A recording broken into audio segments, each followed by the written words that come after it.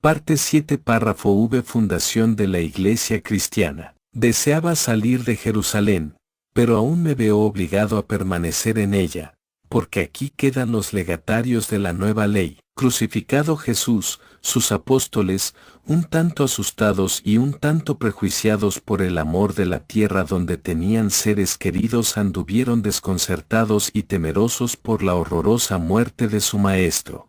Se reunían escondidos trabajando en la sombra dentro de Jerusalén, y para ir endulzando un poco la amargura y saña de los sacerdotes, decían que su Maestro Jesús no había querido cambiar la ley, sino aclarar los puntos obscurecidos. Es cierto que, entre tanto, Pedro iba descubriendo algún punto secreto de la doctrina a los adeptos, pero esto significaba muerte prematura y en la sombra de la doctrina de Jesús, pues faltaba a una de las más importantes máximas del Maestro: no se puede servir a dos señores a la vez. Y Pedro parece que no quería malquistarse con los que condenaron a Jesús o quería tomar, a ejemplo de ellos, las armas de la astucia. En el primer caso, moriría la doctrina de Jesús y en el segundo, moriría también, porque los sacerdotes aún tenían la fuerza bruta y la fe ciega del pueblo ignorante. Pero Jesús había recogido en herencia los frutos del trabajo de Juan,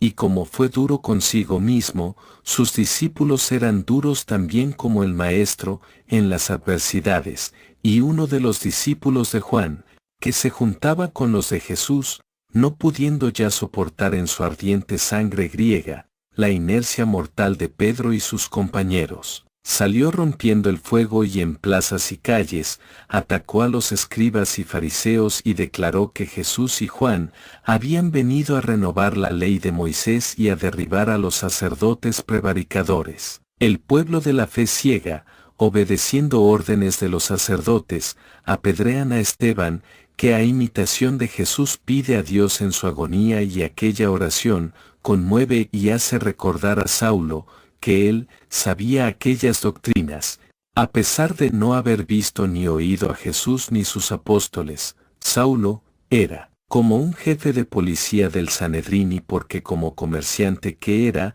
había ido a Jerusalén por sus negocios. Esto acaecía 15 años después de la muerte de Jesús, en cuyo tiempo empezó a circular un folleto escrito por Mateo, en Sirio Caldeo. Saulo, hombre libre entonces y amante del estudio de las doctrinas secretas, se hizo de uno de aquellos folletos. La muerte de Esteban amedrentó más a los apóstoles de Jesús, que judaizaban asistiendo al templo y aceptando la circuncisión, y sin embargo, los discípulos dispersos, con menos miedo, se extendieron por las ciudades, y uno de ellos, que no estaba en los secretos dados a los apóstoles, predicaba en Samaria, este también griego como Esteban. Se llamaba Felipe, pero no es el apóstol de este nombre, y entre los muchos adeptos que tuvo, es señalado Simón, discípulo del gran filósofo Filón, de Alejandría, que regía la gran cátedra de filosofía teológica más famosa de aquel tiempo. Saulo, más tarde Pablo, había estudiado, de joven, con Gamaliel, hijo de Hillel, y en Babilonia, fundador de una escuela secreta.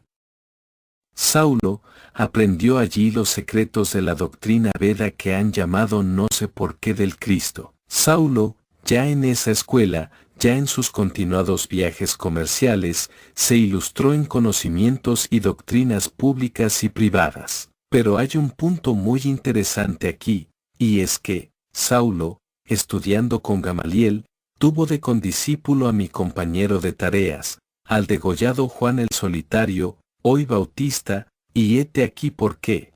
No nos dicen dónde pasó sus años Juan, hasta que aparece en el desierto y el Jordán, en cuyo río Pablo también vio y recibió las abluciones de manos de Juan. De modo que, Esteban, conmueve a Saulo y recuerda que él sabe aquellas mismas doctrinas y ya sabe el mundo, por esta declaración, que Saulo no fue un caído del caballo, o del burro, ni del camello, para convertirse. Fue el burro de su materialidad lo que se le cayó a Pablo, quedándose acaballado en las doctrinas que con Juan estudiara de Gamaliel. En Babilonia, camina, pues, Saulo, hacia Damasco y lleva impresa en su alma la oración de Esteban y en sus manos el folleto escrito en sirio caldeo, que es el llamado Evangelio de Mateo con principios del Veda y algo de lo predicado por Jesús, pero que Saulo sabe ya, sin haber visto ni oído a Jesús ni a sus apóstoles, y quien se lo ha recordado, es discípulo de su antiguo condiscípulo Juan, que 17 años antes fuera degollado, resultando así que Juan fue el precursor de Jesús, concordando ambos en sus doctrinas, por tanto, por errores que se iban sumando.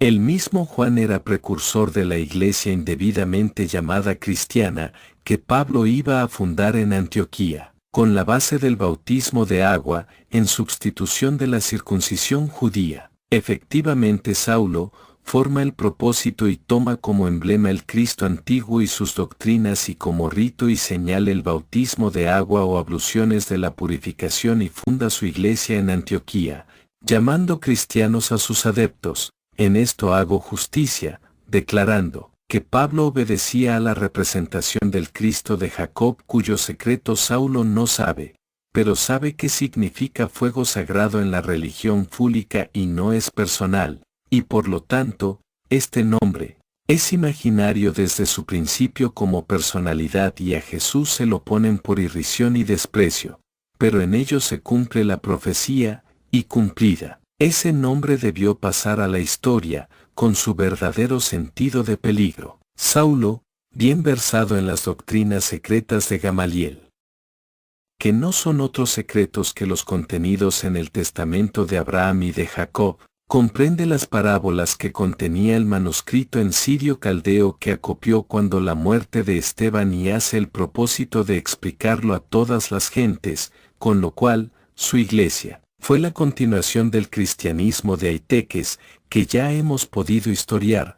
3. Pero defendía a los romanos de las acusaciones que se les imputaba de la muerte de Jesús y censura acremente a los judíos y hasta de cobardes a los apóstoles de Jesús, porque se mantenían en silencio. 3. Vea filosofía austera racional, conócete a ti mismo y el primer rayo de luz. Pedro, como avergonzado, defiende las tendencias judaicas y culpa a los romanos de la muerte de su maestro, e increpa a Pablo por usurpar el derecho que él cree tener como primer discípulo de Jesús. Pablo le contrarresta y se pone la causa a pleito.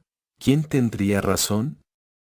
Pablo no conocía a Jesús, ni lo oyó. Pedro era el primer discípulo de Jesús que había sido llamado Cristo, aunque fuese por desprecio.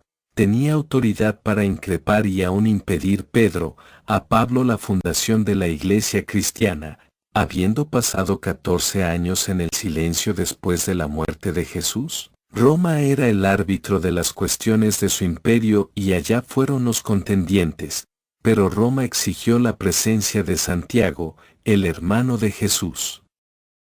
4. Los dos tenían razón. Los dos fueron absueltos y sentenciados y el árbitro los contentó y, en agradecimiento, fundan la iglesia en Roma. Ya no es, ni Jerusalén ni Antioquía, el centro de la nueva religión, que lleva como base la solidez de la verdad y como edificio la ley de amor. 4. Filosofía austera racional. Hechos de los Apóstoles de Jesús. Ya está fundada la religión cristiana, mal llamada así, pero que el nombre no hace aquí al caso. Lo esencial es saber que se ha salvado la esencia de la ley de amor y que en aquella sociedad está el asiento donde se puede buscar a Dios, pero la ley romana hacía suyo todo lo que existía en sus dominios y esto, políticamente, es muy justo, y aunque aquello no es cosa, porque la religión no es cosa ni puede ser patentado, tiene, sin embargo, que vivir de cosas y entonces, ya entra en el dominio de lo civil, por las cosas civiles y materiales que la religión necesita, y si añadimos que Roma fue el árbitro pacificador entre Pedro y Pablo, tenemos, que por ley nacional, se llamara Iglesia Romana. Agreguemos un nuevo factor, la ley romana, como su imperio, se extendía a todos los reinos conocidos o naciones y por tanto, en el sentido relativo, su imperio y su ley era universal y la doctrina de amor que formaría el cuerpo del edificio de la nueva iglesia, era universal en la acepción más alta de la palabra y se denominó católica. Pero Pedro es apóstol de Jesús y por ello, sus fundadores son los apóstoles de los maestros y se reapellida apostólica, y así queda llamada y confirmada la iglesia o religión cristiana, católica, apostólica, romana. Por nombres, no se perderá, pero transigiré con todo, porque ahí está en ese momento la ley de amor y los legatarios de mis compañeros Juan y Jesús, a los que sigo.